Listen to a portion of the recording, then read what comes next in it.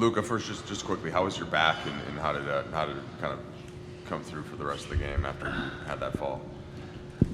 I mean, it's not good at all, but I tried to go. So that's it. Been a crazy couple of months. What stands out the most to you right now is after a tough series loss?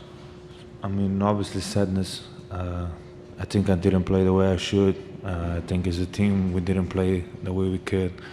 But I think congratulations to Minnesota. They play a hell of a series. They were the better team, honestly.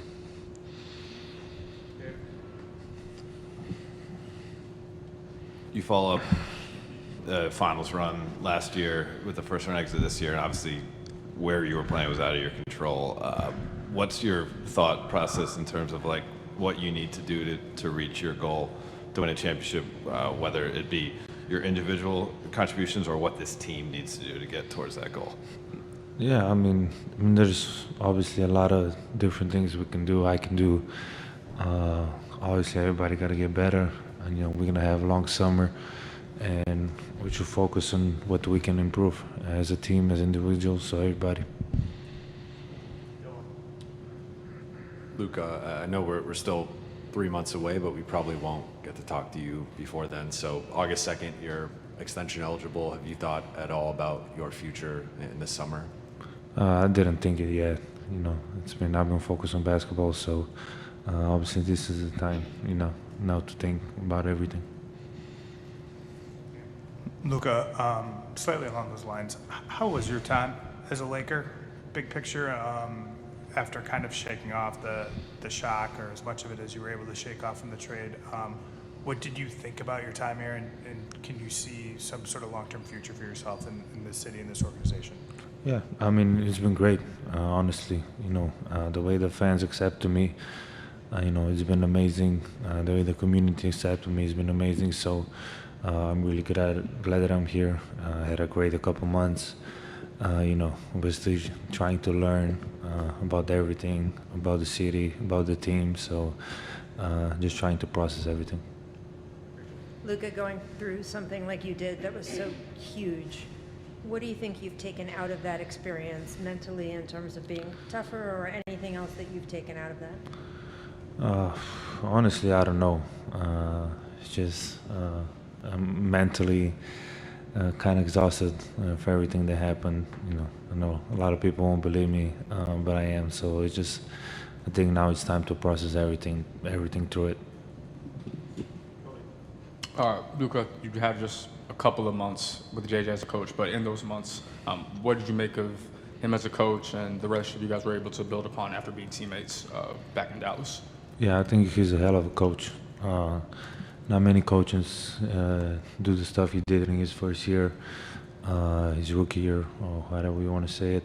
So I'm really glad I got coached by him this couple months. I feel sometimes like I'm back in Europe a little bit, so I love it. We have a great bond, so it's been nothing but amazing with him as a coach. Luka, I asked LeBron this, but when you get traded midseason and you move to a situation where you're a dynamic ball handler, Austin Reeves is a dynamic ball handler, LeBron obviously is the best scorer in the history of the NBA.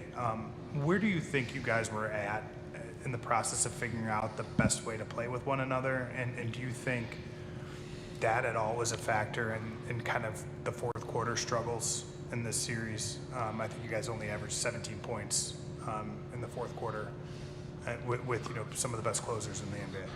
I think it might be not. So I don't really know. It's tough to get that chemistry on the court without any practices.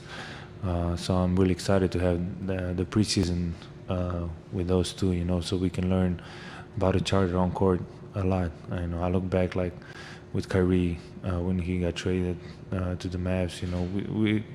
We didn't really connect on the court. Like we didn't really know each other's games. Obviously, see the game, but you don't see in the game as teammates. So we can see next year we had preseason together, and it was just amazing.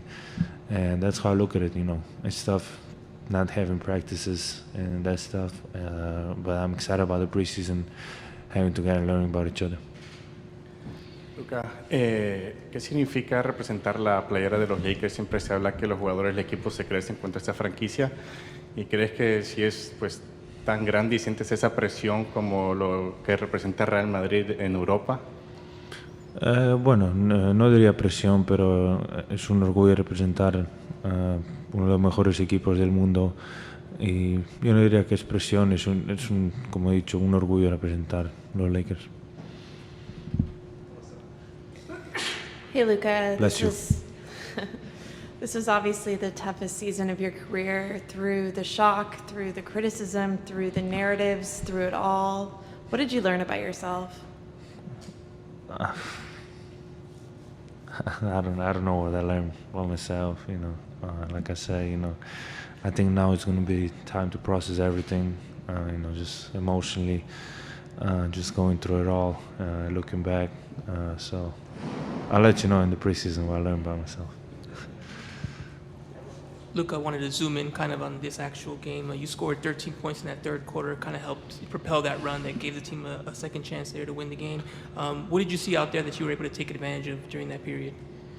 I think we're just, you know, defending well. Then we play with a lot of pace.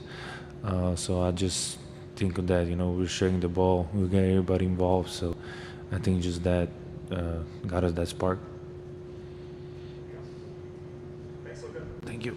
Wanna try to boast at what I look like. Think I'm gonna try to wear, I pull up long range. Jimmy with the heat, I'm on fire. It's NBA on the ESPN.